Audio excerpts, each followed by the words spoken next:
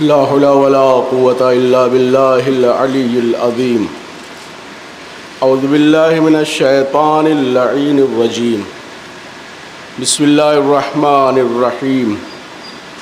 الحمد لله رب العالمين والصلاة والسلام على أشرف الأنبياء والمرسلين طه وياسين خاتم النبيين سیدنا و نبینا و شفیعنا ابی القاسم محمد وعلی آل بیتہ الطیبین الطاہرین المعصومین المظلومین ولعنۃ اللہ علی اعدائہم اجمعین. اما بعد فقد قال اللہ تعالی فی القرآن المجید.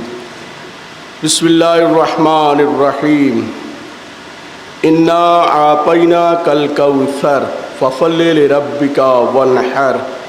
انا شانئک هو الابتر. صلوات بر محمد و آل محمد. بزرگان محترم، صاحبان ایمان و عرفان، ماتم داران رسول خدا، سوگواران امام حسن مجتبی، آپ نے پوری شب ماتم کیا، نوحہ خوانی و سینہ زنی کی، کیونکہ جو شب گزری ہے وہ یقیناً تاریخ آدم و عالم کی المناک اور غمناک شبوں میں سے ایک شب ہے. اس تاریخ میں دو معصوم اس دنیا سے رخصت ہوئے ہیں. ایک طرف فاطمہ بنت محمد یتیم ہوئی ہے تو دوسری طرف فاطمہ بنت حسن یتیم ہوئی ہے. یہ 28 صفر کی صبح کا سورج دو معصوموں کی شہادت کی خبر لا رہا ہے. یہ 28 صفر جس میں ہمیں شہزادی زہرا کو پرسہ پیش کرنا ہے. ایک طرف ان کے بابا کی شہادت اور رحلت، دوسری طرف بیٹے کی شہادت اور رحلت ہے. میں نے سورہ کوثر کو سرنامہ سخن قرار دیا ہے، وہ اس لیے بھی کہ سورہ کوثر بدست جبرائیل اللہ تعالیٰ کی طرف سے رسول خدا کو ہدیہ ہوا، اور جو مصداق کوثر ہیں اس میں کچھ شہزادی زہرا ہیں، امام حسن ہیں اور امام حسین ہیں، اور امام حسین کی پوری نسل جو چوتھے امام سے سلسلہ آگے بڑھتا ہے. لیکن بزرگان محترم، ہمیں تاریخ کے ان راہوں سے گزرنا ہوگا اور ہمیں سمجھنا ہوگا کہ یہ جو شہادت کی تاریخ ہے، یہ جو غم کی تاریخ ہے، اس کے پیچھے جو اسباب و علل ہیں، اس کے پیچھے جو اسباب ہیں وہ کیا ہیں. رسول اسلام جب مبعوث برسالت ہوتے ہیں، اللہ کا پیغام، توحید کا پیغام، اپنی رسالت، قرآن کی تعلیمات اور انبیاء کی جو وراثت تھی، اخلاق، کردار، ان تمام چیزوں کو مکے میں، حجاز میں یعنی مکہ، مدینہ، طائف میں متعارف کراتے ہیں. اور وہ مشرکین مکہ، وہ قریش کے سردار جو رسول کے دشمن تھے، جو خاندان رسول کے دشمن تھے، جب انہوں نے دیکھا کہ محمد عربی کا دین دن بدن ترقی کرتا جا رہا ہے اور اس کی سرحدیں اور اس کا علاقہ وسیع ہوتا جا رہا ہے، تو وہ افراد جو محمد کے لیے اپنے سینے میں بغض رکھتے تھے، گزرانے وقت کے ساتھ محمد کی ہاتھ پر بیعت کرتے ہیں، محمد کی رسالت کا کلمہ پڑھتے ہیں، اور جو پیغامات اللہ کے رسول عوام تک لائے، افراد تک لائے، ان پیغامات کو بھی سنتے ہیں. دن بدن محمد عربی کا اسلام،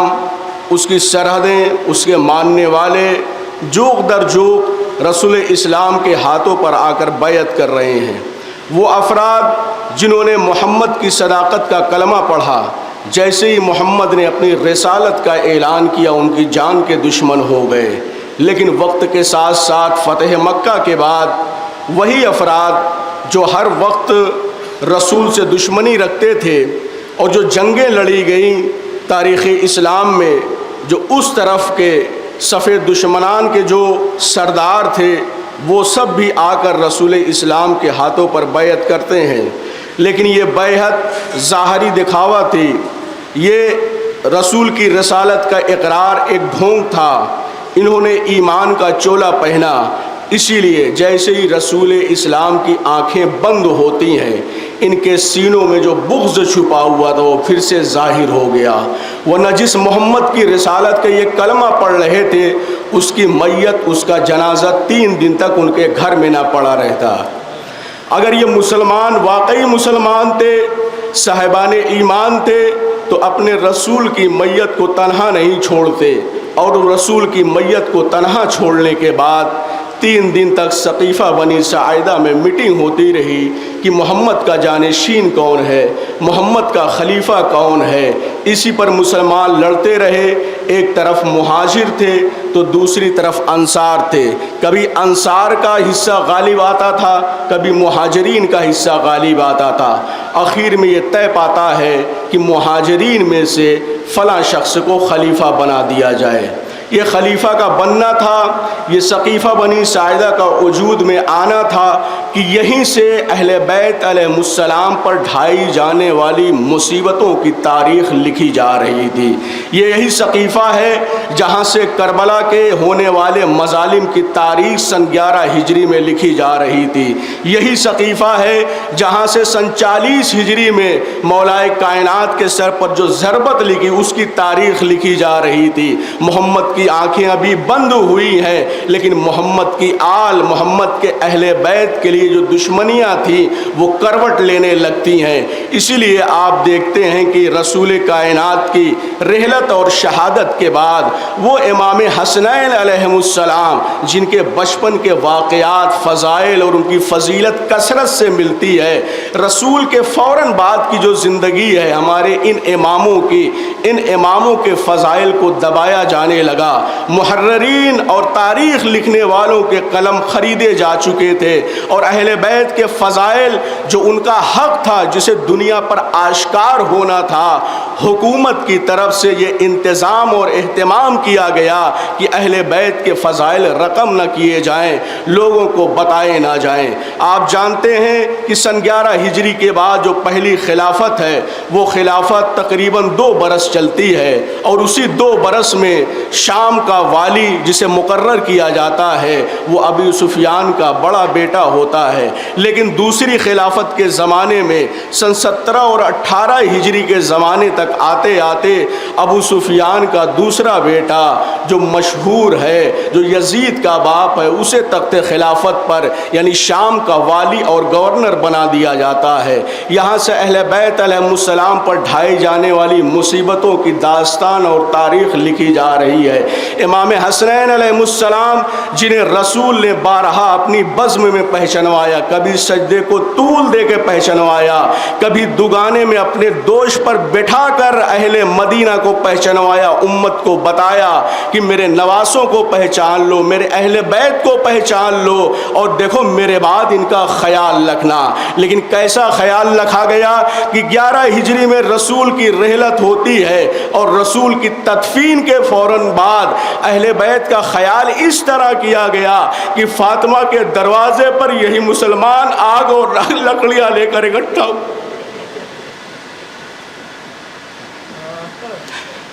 3 دنوں کے بعد پہلی یا دوسری ربیع الاول کو رسول کی اکلوتی بیٹی کے دروازے پر مسلمان چیخ رہے ہیں، چلا رہے ہیں، زہرا دروازے کے پیچھے سے کہہ رہی ہیں کیا تم اس گھر میں آگ لگا دو گے جس میں رسول کے نواسے رہتے ہیں؟ آواز آئی ہم اس کا بھی لحاظ نہیں کریں گے، علی کو ہمارے حوالے کرو، علی آئیں اور ہماری بیعت کریں۔ اس کے بعد کی پوری تاریخ آپ مصائب میں سنتے رہتے ہیں، لیکن ہمیں تاریخ کے اور جو گوشے ہیں اس طرف آگے بڑھنا ہے۔ مولائے کائنات کا زمانہ جو 25 سالہ زمانہ ہے جسے سکوت اور خاموشی کا زمانہ کہا جاتا ہے،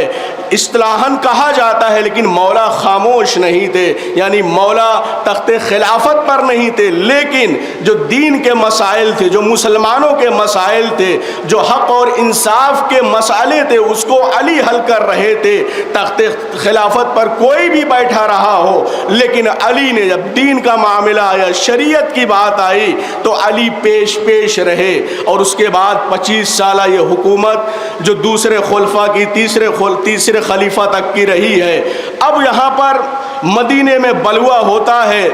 اور حکومت کے خلاف بغاوت ہوتی ہے، خلیفہ سوم کو اس کے گھر میں گھیر کر مار دیا جاتا ہے، اور اس میں صرف مدینے کے مسلمان نہیں ہیں بلکہ حالات یہاں تک پہنچ گئے تھے، جو اسلامی ریاستیں ہیں وہاں سے آئے ہوئے مسلمان، یعنی عراق، شام، یمن، ان تمام علاقوں کے مسلمان مدینے میں اکٹھا تھے، وہ خلیفہ سے ناراض تھے اور اس کو حکومت سے تخت خلافت سے اتارنا چاہ رہے تھے، اور اس کے گھر کا محاصرہ ہے، اسی محاصرے میں مسلمانوں نے مل کے بلوے کی شکل میں مسلمانوں کے خلیفہ کا قتل کر دیا۔ اور اس کے بعد اب صورتحال اتنی بگڑی ہوئی ہے کہ کون اسلام کی بکھری ہوئی زلفوں کو سنوارے؟ وہ امام علی مرتضی جو 25 سال خاموش رہے، اور وہ مسلمان جنہوں نے شیخین کے نقش قدم پر چل کر اپنی زندگی کو گزارا، شیخین کو اپنا خلیفہ تسلیم کیا،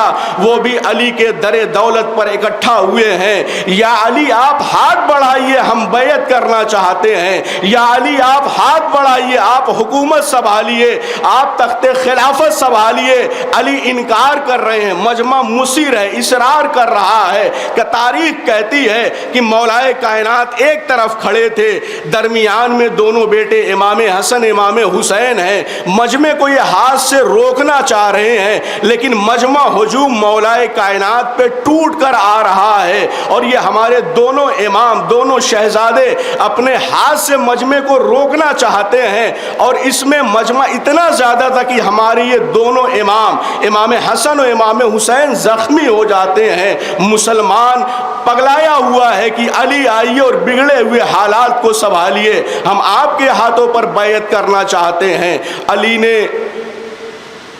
مجبوراً اور صورتحال کو سنبھالنے کے لیے تخت خلافت پر قدم رکھا،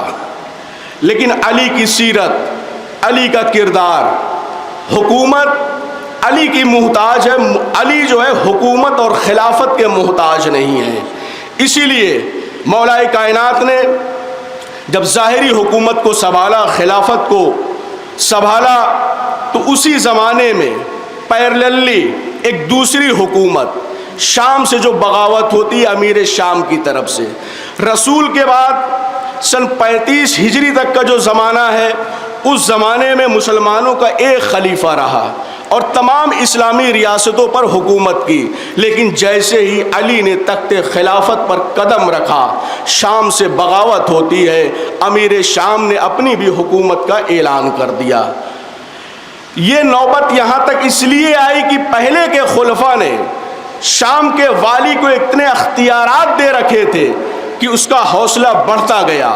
اور اس کے نتیجے میں مولائے کائنات سے جنگیں ہوئیں۔ جنگ صفین کا میدان ہے، مولائے کائنات کا لشکر ایک طرف، امیر شام کا لشکر ایک طرف۔ اسی جنگ کے دوران میرا مولا اپنی پھٹی ہوئی جوتیوں کو سی رہا ہے، اپنی بوسیدہ اور پرانی جوتیوں کو بیٹھا ہوا سی رہا ہے، اس میں ٹانکے لگا رہا ہے۔ جنگ کا حالات ہیں، بازار مارکا پوری طریقے سے گرم ہے، ایسے میں علی ایک گوشے میں بیٹھے ہوئے اپنی جوتیاں سی رہے ہیں۔ عبداللہ ابن عباس ہے، اپنے آقا و مولا کو بغور دیکھے جا رہے ہیں، اور علی محسوس کر رہے ہیں کہ میں اس وقت جو جوتیوں کو سی رہا ہوں، ابن عباس مجھے ایک ٹک دیکھے جا رہے ہیں۔ مولا نے اپنی نگاہوں کو اٹھایا، کہا ابن عباس کیا دیکھ رہے ہیں اور کیا کہنا چاہتے ہیں؟ کہتے ہیں مولا جنگ کے حالات ہے، دونوں طرف طرف کے لشکر آمنے سامنے ہیں، اور ایسے حالات میں آپ اتنے اطمینان سے بیٹھے ہوئے اپنی جوتیوں کو سی رہے ہیں۔ میں کہوں گا ابن عباس کا تمہیں معلوم نہیں ہے کہ میرا مولا نفس مطمئنہ ہے۔ جب حسین نفس مطمئن ہے تو علی بھی نفس مطمئن ہے۔ جنگ کے حالات میں مولا جوتیاں سی رہے ہیں۔ اس کے بعد ابن عباس کو ذرا حوصلہ ملتا ہے، قریب آتے مولا کہتے ہیں کہ ابن عباس بتاؤ میری ان جوتیوں کی قیمت کیا ہے؟ ابن عباس بغور مولا کی جوتیوں کو دیکھتے ہیں اور کہتے ہیں مولا عرب کا فقیر ترین انسان بھی آپ کی جوتیوں کو مفت میں بھی نہیں لے گا، وہ اٹھا کے پھینک دے گا۔ میرا مولا مسکراتا ہے، کہتا ہے ابن عباس یہ جو حکومت ہے، یہ جو تخت خلافت ہے، میری ان پھٹی ہوئی جوتیوں سے بھی کمتر ہے۔ ہاں اگر علی کو معاشرے میں عدل و انصاف نافذ نہ کرنا ہوتا تو علی کبھی بھی حکومت کو قبول نہ کرتا۔ علی ایک طرف حکومت کو ٹھکرا رہے ہیں، لیکن بگڑے ہوئے حالات کو سنبھالنا ہے، مشکل کشائی کرنی ہے۔ اب اسی علی کا لال امام حسن ہے۔ آپ جانتے ہیں سن 40 ہجری میں مولا کائنات کی شہادت کے بعد 6 مہینے 7 مہینے امام حسن بحیثیت خلیفہ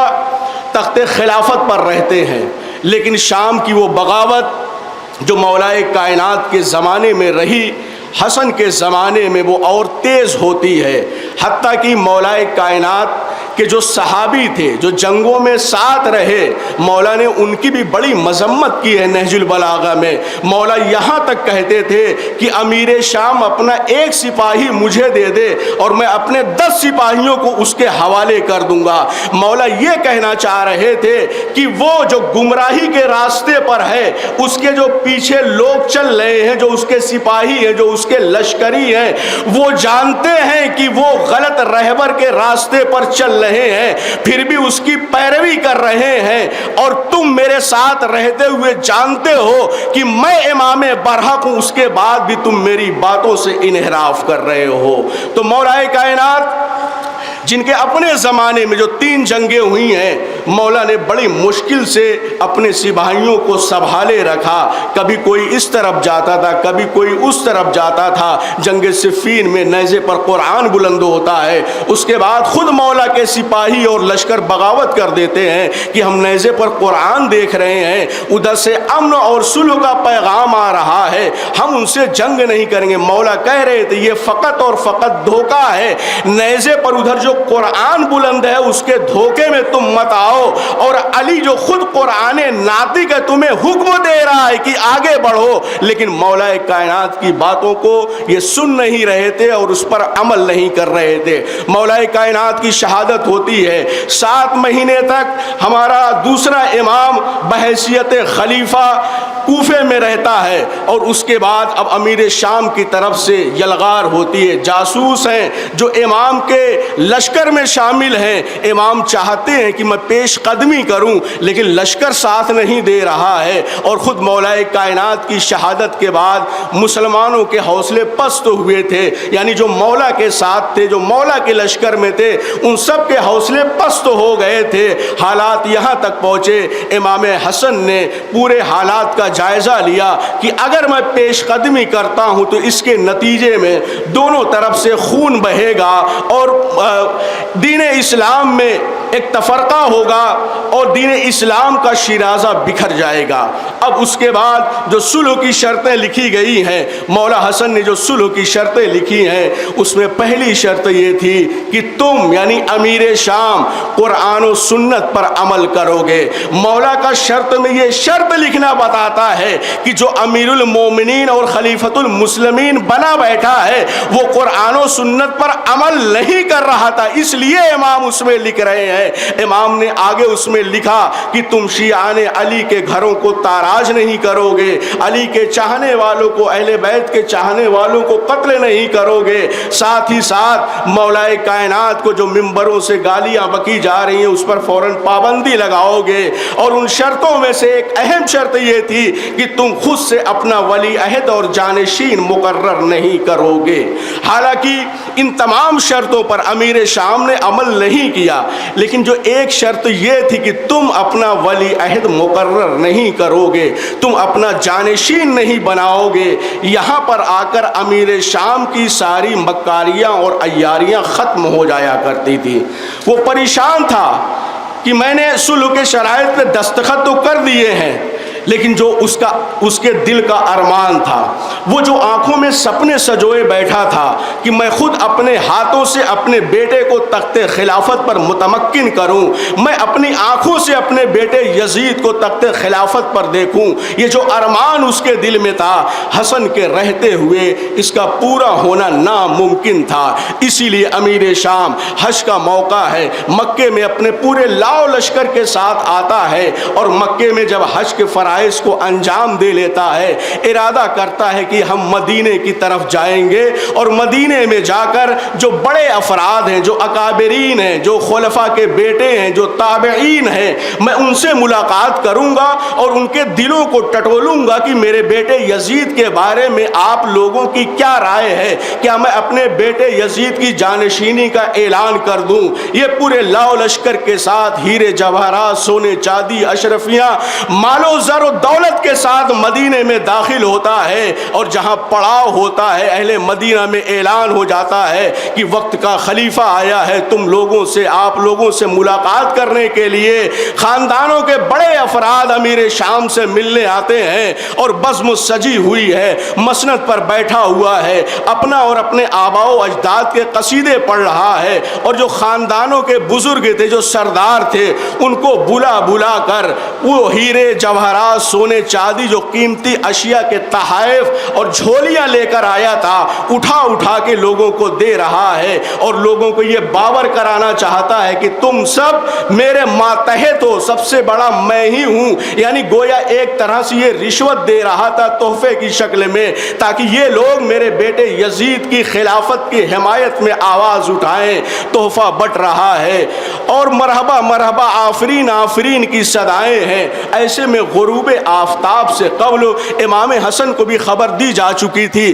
غروب آفتاب سے قبل امام حسن تشریف لاتے ہیں۔ امیر شام متوجہ ہوتا ہے، کہتا ہے فرزند رسول، آپ تاخیر سے اس لیے آئے ہیں تاکہ یہ جو میں مال بانٹ رہا ہوں، جو تحائف بانٹ رہا ہوں، یہ سارے کے سارے ختم ہو جائیں، اور جب آپ آئے ہیں تو میں آپ کے حوالے کچھ بھی نہ کر سکوں۔ اس سے اس بزم میں میری توہین ہوگی، میری بے توقیری ہوگی، میری تذلیل ہوگی۔ مگر حسن یاد رکھیے، میں ہندا کا بیٹا ہوں، میں ابو سفیان کا بیٹا ہوں، میری حیثیت آپ سے زیادہ ہے۔ انا خیر منکم، میں آپ سے بہتر ہوں۔ میں نے جتنی دولت اہل مدینہ میں تقسیم کی ہے، اتنی دولت کا ایک حصہ آپ کے لیے مخصوص کر رکھا ہے۔ امام حسن کو مسند پہ بٹھاتا ہے اور اپنے آباء و اجداد کی تعریفیں کرتا جاتا ہے۔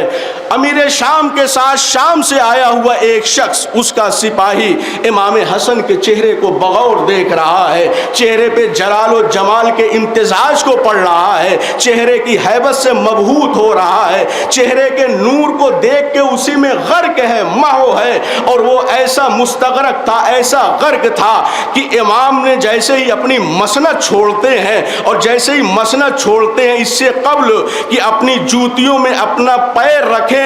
وہ شامی اٹھتا ہے غیر ارادی طور پر، اور آ کر امام کی جوتیوں کو سیدھی کر دیتا ہے، سیدھا کرتا ہے۔ جیسے اس شخص نے امام کی جوتیوں کو سیدھا کیا، امام متوجہ ہوئے اور کہا کہ تم کہہ رہے تھے کہ میں ہندا کا بیٹا ہوں، میں ابو سفیان کا بیٹا ہوں، میری حیثیت آپ سے زیادہ ہے، تو سنو، یہ جو مال و زر تم نے میرے لیے مخصوص رکھے ہیں، یہ سارا کا سارا حصہ اس کے لیے میں مخصوص کرتا ہوں جس نے میری جوتیوں کو درست کیا ہے، اور پہچان لو میں ابن فاطمہ زہرا ہوں، تم جس ارادے سے مدینے میں آئے ہو، میں اس کو پائے تکمیل تک نہیں پہنچنے دوں گا۔ میری زندگی میں یہ ممکن نہیں ہے کہ تم اپنے بیٹے کی یزید کی خلافت کا اعلان کر سکو۔ ایک صلوات پڑھیے بر محمد و آل محمد۔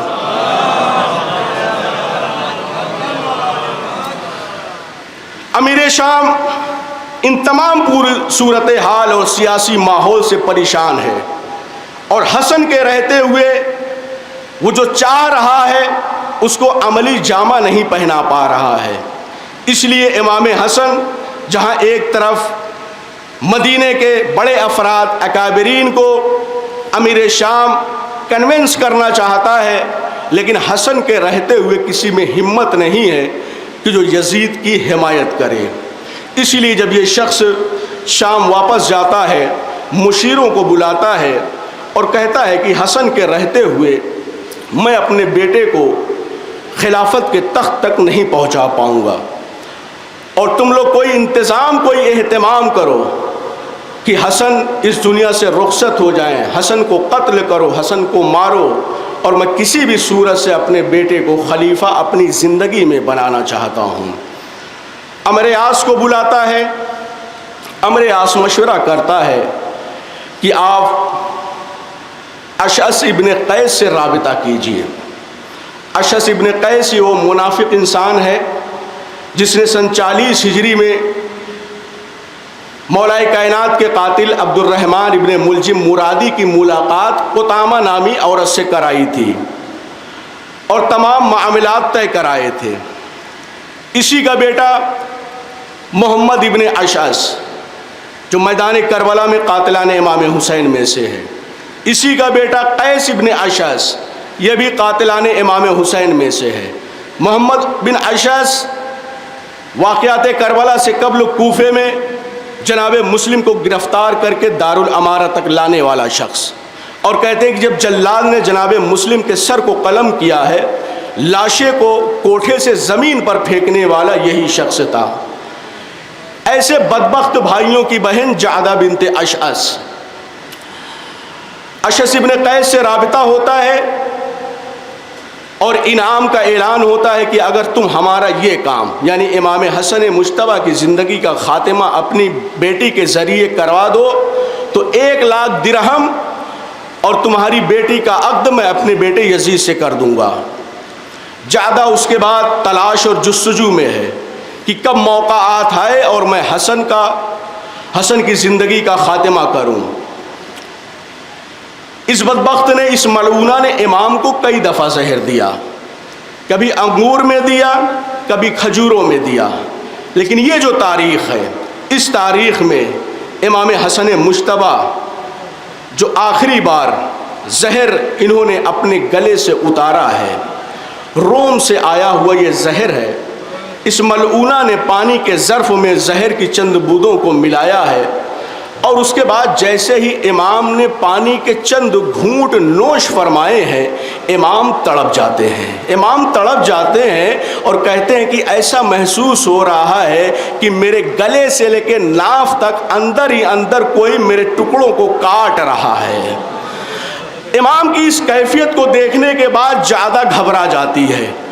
امام کے سامنے دست ادب جوڑتی ہے کہ مجھے بچا لیجئے۔ خوف زدہ ہے کہ حسن کے بھائی عباس، حسین، دوسرے برادران جب آئیں گے تو مجھے قتل کر دیں گے، مجھے سزا دیں گے۔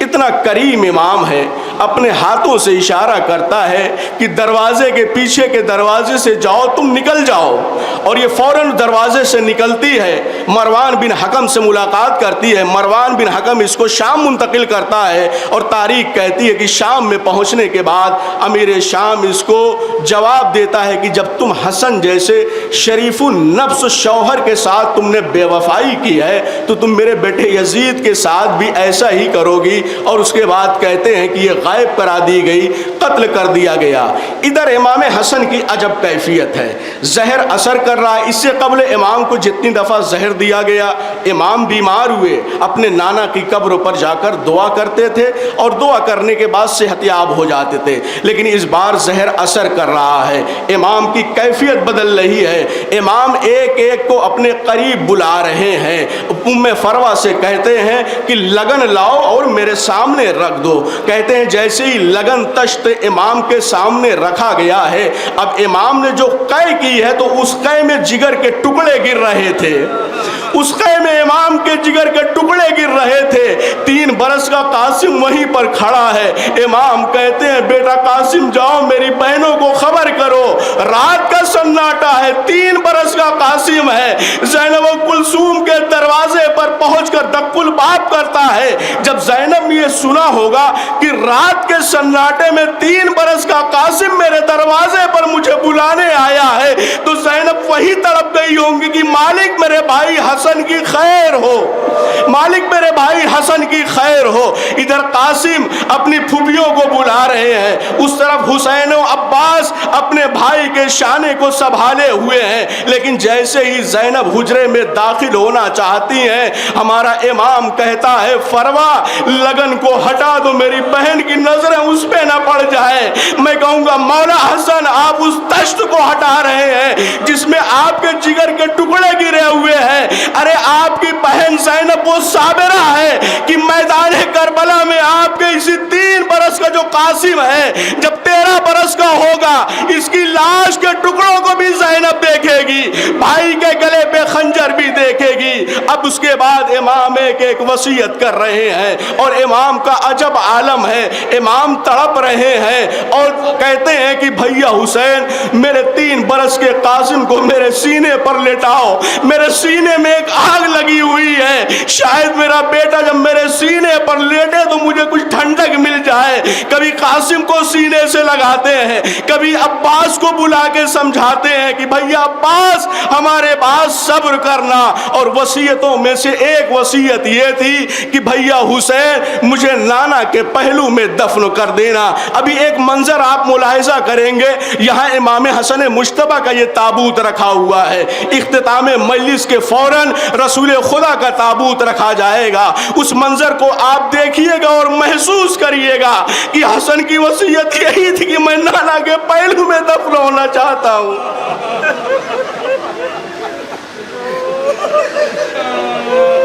میں نانا کے پہلو میں دفن ہونا چاہتا ہوں۔ لیجئے حسن کی روح قفس انثری سے پرواز کرتی ہے، بیویوں میں کوہرام ہے، زینب و ام کلثوم پچھاڑے کھا رہی ہے، جنازہ تیار ہو رہا ہے۔ اب جنازہ بنو ہاشم کے جوان اٹھائے ہوئے روضہ رسول کی طرف آگے بڑھ رہے ہیں، سامنے وہی نام نہاد مسلمان ہے، وہی مروان بن حکم ہے، وہی بی بی ہے جو خچر پر بیٹھی ہوئی ہے اپنے لاؤ لشکر کے ساتھ، اور صدائے احتجاج بلند کر رہی ہے کہ ہم حسن کو رسول کے پہلو میں دفن نہیں ہونے دیں گے۔ وہ بی بی کہہ رہی ہے یہ میری جگہ ہے، یہ رسول میرا شوہر تھا، میری اجازت نہیں ہے کہ میں یہاں حسن کو دفن ہونے دوں۔ یہیں تک جو ہے صرف وہ بات تک رہتی تو بات سمجھ میں آ جاتی، لیکن اس کے بعد اب جب تیروں کی بارش ہوئی ہے، تیروں کی بارش ہوئی ہے اور اتنے تیر برسائے گئے ہیں کہ 70 تیر امام حسن کے جنازے میں پیوست ہوئے ہیں۔ اب جنازہ یہاں سے پلٹا ہے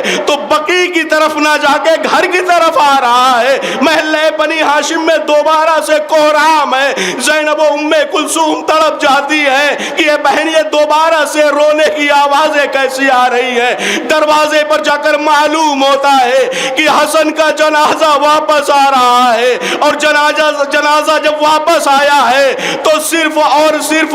جس حسن کو بہنوں نے سفید کفن میں رخصت کیا تھا اب وہ کفن سرخ ہو چکا ہے۔ زینب جنازے کے پاس بیٹھی ہوئی ان تیروں کو نکالتی جا رہی ہے، بیان کرتی جا رہی ہے۔ ارے عزاداران مظلوم کربلا، آپ محسوس کریے کہ جب حسن کے جنازے پر تیر لگ رہے تھے تو اس وقت عباس کڑیل جوان تھا، عباس 24 برس کا تھا، لیکن عباس کو وقت کے امام حسین نے سنبھالا اور حسن کو نانا کا پہلو میسر نہیں ہوا۔ دوسری طرف اسی تاریخ میں زمانے کا رسول ہے جس کی اکلوتی بیٹی ہے جو فریاد کرنا چاہتی ہے، جو رونا چاہتی ہے، لیکن مسلمانوں کا پہرا ہے، مسلمانوں کی طرف سے دی جانے والی اذیتیں ہیں، اور یہ حکم آتا ہے کہ فاطمہ سے کہیے یا تو دن میں رویا کرے یا رات میں رویا کرے۔ آج رو کر اس فاطمہ کو پرسا دینا ہے، فاطمہ یتیم ہوئی ہے، لیکن آپ کے ذہن میں یہ بھی رہے کہ ادھر رسول کا جنازہ قبر تک پہنچتا ہے، پھر وہی مدینے کے مسلمان ہیں۔ ارے بنت رسول کا دروازہ ہے اور اسی دروازے پر آگ ہے، پہلے دروازے کے پیچھے زہرا ہے، زہرا دروازے اور دیوار میں پس جاتی ہے، زہرا کا بیٹا محسن شہید ہو جاتا ہے۔ اجرکم علی اللہ۔